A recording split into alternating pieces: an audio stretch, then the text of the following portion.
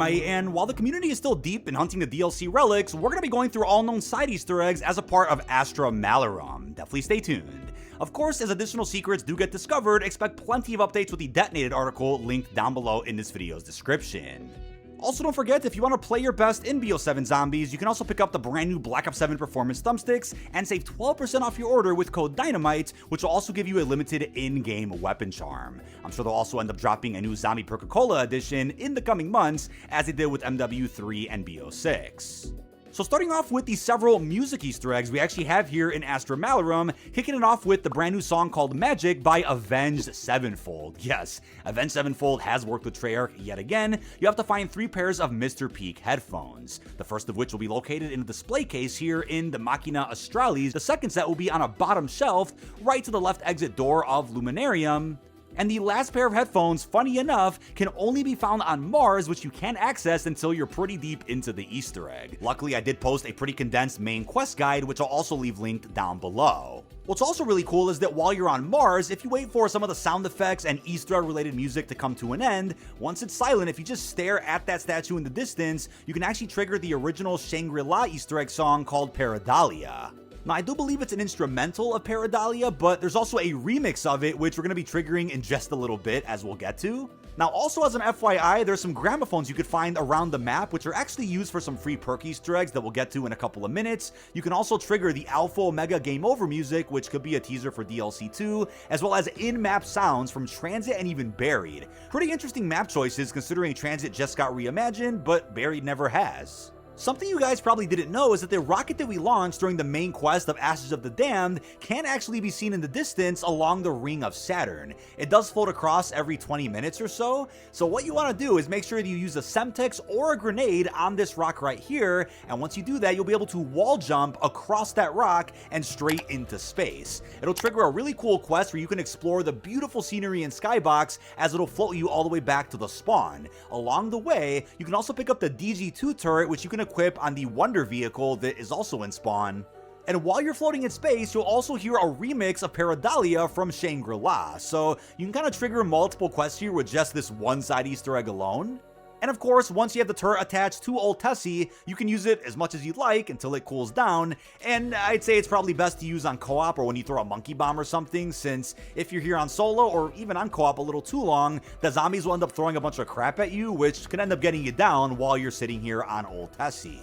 Now, when you take a look into the telescope, whether it's to trigger the sunbeam trap or whether it's to get the coordinates of Mars, you can actually keep scrolling and you'll eventually come across a tiny skull. If you actually pinpoint onto that skull, it'll activate a mini jump scare, which sadly doesn't reward you with anything like some of the other ones did in some previous Black Ops Zombie maps, but maybe there's more to this, or there could be other jump scares that we haven't discovered in ASTRA MALORUM yet. We then have the friendly Ravager Easter egg, which is going to require a trinket. That's a new tactical piece of equipment that you can only obtain after killing Oscar, whether you kill him pretty easily and almost instantaneously with a trap while going for the free LGM, or whether you actually shoot him legitimately and blow him up, which could take you a bit of ammo and time. Regardless of how you kill Oscar, he'll drop a single trinket. Now, if you get a max ammo later, you can actually get upwards of 5 trinkets in your inventory. So what you want to do is look for a very specific friendly Ravager that is located out of bounds. Luckily, you can actually see exactly where this friendly Ravager is by looking at your TAC map and looking for a tiny white dot. Once per round, and for 3 rounds in a row, you need to find this friendly Ravager and throw the trinket at him, again out of bounds,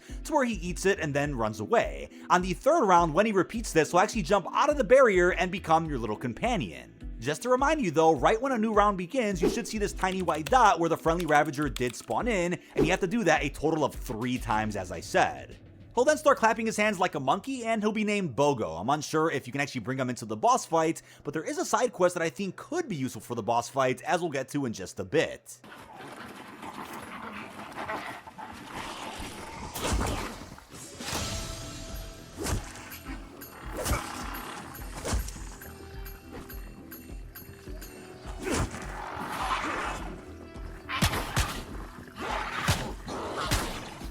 Now, what is easily one of my favorites, if not the best side Easter egg here in ASTRA MALORUM, is the Nikolai side quest. All you need to do is spawn in as the Nikolai operator. Keep in mind, multiple players can actually do this if they're equipping Nikolai, and you want to go ahead and grab at least 3 Molotovs. This is very similar to the Dempsey side quest from Ashes of the Damned, and what you want to do is throw a Molotov onto 3 different piles of dirt. The first one is right here, as you can see. Once you do that, some footprints will be revealed leading you to the next pile of dirt, but you can just follow exactly where I am in the video, and then work your way up to throw this third and final Molotov right here by a cave, in which you'll then pick up this little toy goat that'll then bring you into the cave so you can experience a really cool narrative-driven side quest explaining the backstory of this new version of Nikolai.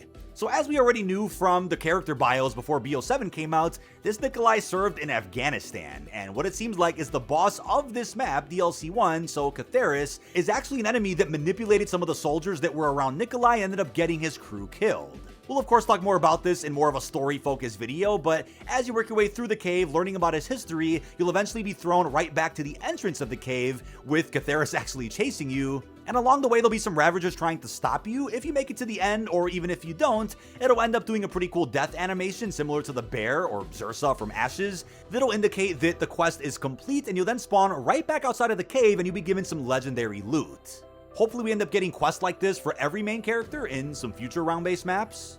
But coming up on a return of a side quest we did see in Ashes, these are the twins. So the good old ghost twins can actually be triggered again and could spawn on several rounds, giving you a ton of free loot. So what you want to do on a Ravager round specifically is interact with this display in the Speed Cola room or the museum. You'll get a pretty odd audio cue indicating that you did this right, and then during the next round, a random display in this room will begin to play some other haunted sound effects once you interact with it. You can't really fail this quest, so what you can do is interact with all the displays to make sure that you absolutely trigger the next step. But when you do it the correct one, you will hear a pretty ghostly and screechy sound effect indicating that you did it right. You have to repeat this 2 more times after doing this on a normal round, and once you do this on the 3rd and final time, so I guess 4 times total if you include the Ravager round, you'll then find the ghost twins located somewhere random around the map.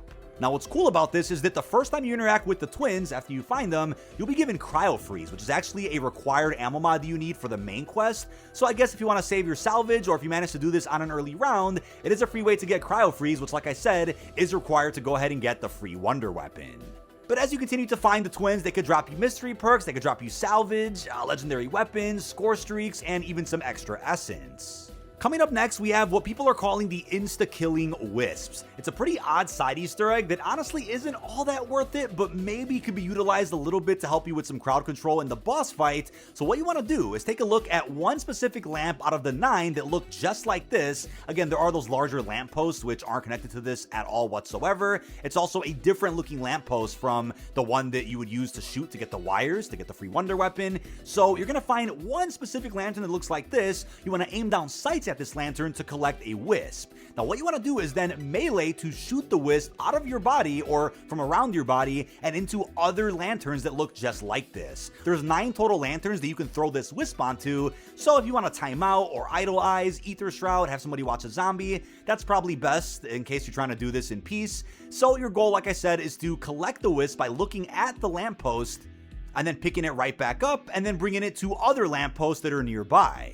There's of course quite a few outside of the museum, there's some at spawn, and they're really not too hard to miss. You know you did this correctly if you go ahead and place a wisp in a lantern and then pick it back up. You'll notice a little flare of energy still in that lamppost that you just took the wisp from, indicating that you already put the wisp there to begin with. So eventually, after you shoot this wisp or melee this wisp into every empty light post that's around the map, after all 9 are done, you'll then see that all 9 have now become orange, or I guess yellow depending on your color correction, and this is an indication that you've upgraded the wisp, since initially if you just meleeed the wisp into a zombie, it didn't really do anything, nor did it give you any essence, but now, since they're all yellow-orange-ish, you can actually grab all 9 of them so that you can have all 9 of them circle you. Go in third person, it's easier to see exactly how this works. Kind of reminds me of the power-ups you could see in Dead Ops Arcade 4. But as you go ahead and melee or launch these wisps into the zombies, it'll actually insta-phase them out of existence, so essentially insta-kill them, and every, I think, couple of minutes you'll see them respawn on those lanterns so you can grab them yet again, which I suppose could be a little bit of a strat that you can use in the boss fight. If every player in the match ends up grabbing all 9 wisps, they can bring these in as backup when they want to insta-erase some of the enemies that are on the map. Doesn't quite do anything against the Oscars, unfortunately, but I know somebody out there is probably going to want to experiment with that. Coming up next, we have the Gramophone Easter eggs, which, like I said at the beginning of this video, do trigger some classic zombie music as you go ahead and do some of these steps. So essentially, there's 3 gramophone discs that you're going to be able to find. They look similar to the ones we saw back in Origins. The first one here is in the museum room. You actually have to wall jump kind of to grab that one on top of the ledge, and you can place it right here in this gramophone a couple of feet away. Keep in mind, these discs are universal, so they could be used across any of the gramophones, but we're going to be going over the ones that are the closest so that you can just place them straight in. And essentially, once you place each gramophone disc, there'll be a certain challenge you could do to actually collect souls. The first one here is going to require melee kills. I recommend being on a decently high round, and by high I mean no more than like round 10, but definitely somewhere around there to make sure you have enough spawns, unless you have the Rampage Inducer on, so you can melee enough zombies before the music comes to an end. If you fail this, you have to try again on the next round, but after getting a good, I want to say 15 or 20 kills, could even be a bit less, you end up getting a guaranteed free perk, some extra essence, some salvage, and some other useful loot as well. You can then go to the next gramophone here in the library, and you'll then find the gramophone disc located in the corner by that grandfather clock, and you can then bring it to one of the gramophones here in the archive room. Once you place that down, your goal is to get a bunch of equipment kills, which I will say popping insta-kill or throwing a Molotov is probably the best way to do this, unless you can go ahead and maybe get some grenades and then have your teammates throw some of the other ones. You don't quite have enough when you're playing solo, but if you have an insta-kill running, it should be able to kill as many zombies as quickly as you can, and you can get another mystery perk. The third and final gramophone is going to be located in the Luminarium. You can pick up the disc right here in a very dark corner, which I couldn't really see too well, but just hit interact while in this dark corner, and you should be able to pick up the disc and bring it over to the gramophone in between these 2 couches. Place that in, and your goal is to get kills with field upgrades. So make sure you have a legible field upgrade, whether it's Mr. Peaks, whether it's Dark Flare, any field upgrade that could kill the enemies, and you can go ahead and collect a bunch of the souls here to get a 3rd mystery perk. Now, once that's done, you can actually go ahead and repeat any of the 3 gramophones that I just showed you, but you won't be getting perks when you repeat them. You'll just get some high valuable loot as the rounds progress. Coming up next, we have another free perk Easter egg that involves shooting and collecting 5 different skulls. You do need a pack-a-punch weapon to actually do this though, so keep that in mind. Once the weapon is upgraded, you want to make your way into the Speed Cola room or the museum, and you see a skull sitting there on a display. Shoot it until the eyes turn purple, and then you could pick it up. The next one is right here towards this walkway, just sitting in between some bricks. Once again, shoot it, and you can pick it right up. Moving on to the next one, we have another secretive looking skull just sitting behind a zombie spawn point in the Stargazer courtyard. Once again, shoot it, pick it right up. And the next one is going to be just past the spawn area after you walk past the Gobblegum machine. Take a left, and you'll see it sitting there right there on some bricks as well. Lastly, you can find one in the library sitting there on a shelf. And once you've collected it, you can bring it right here to this table a couple of feet away, where you can actually place them down one by one. You're going to want to place them in the correct order though. From what I saw, it's going to be 4, 3, 2, 1, then 5. So make sure that, again, somebody's watching a zombie or you pop a timeout so that you don't get bumped by a nearby zombie to where you accidentally place the wrong skull down, in which you have to repeat this during the next round. But once all 5 are placed down, they're going to lift up into the air, sit back down, and they're then going to play a game of Simon Says with you. They're then going to rise back into the air in a particular order, which you need to memorize, whether you record it with your phone, whether you have a good memory offhand, and you want to shoot them in the order that they just rose up in. So in my game, it was 1, 3, 2, 5, 3,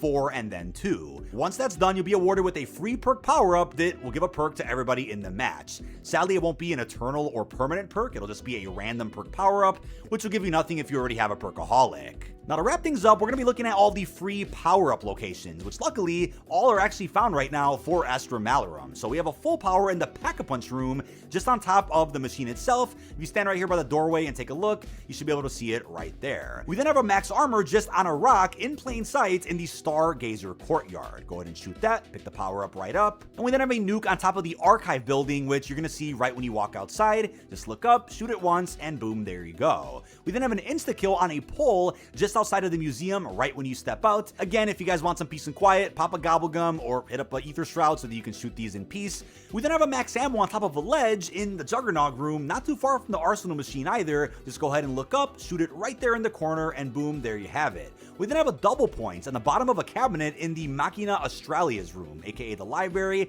Pretty hard to spot, at least for me because of my brightness, but it'll be located just in that corner when you crouch down. Coming towards the end, we have a bonus point on a rock just over here in the spawn room. Pretty easy to spot, especially when you walk up a little bit closer to it, not too hard to miss. And lastly, once all those power-ups I just showed you have been shot, you'll then be able to spawn a free fire cell, which is just inside of a barrier in the Speed Cola room. You can just look into the barrier, look right, and you'll see the fire sale just sitting there for you. But ladies and gentlemen, that is about it. This has been dkdynamite. Leave our thoughts down below in the comment section. What are your thoughts on every free side Easter egg here inside of DLC 1? Of course, if anything else does get discovered, expect plenty of follow-up sorts and updates in the article linked below. Really hope you've enjoyed, and peace out, everybody.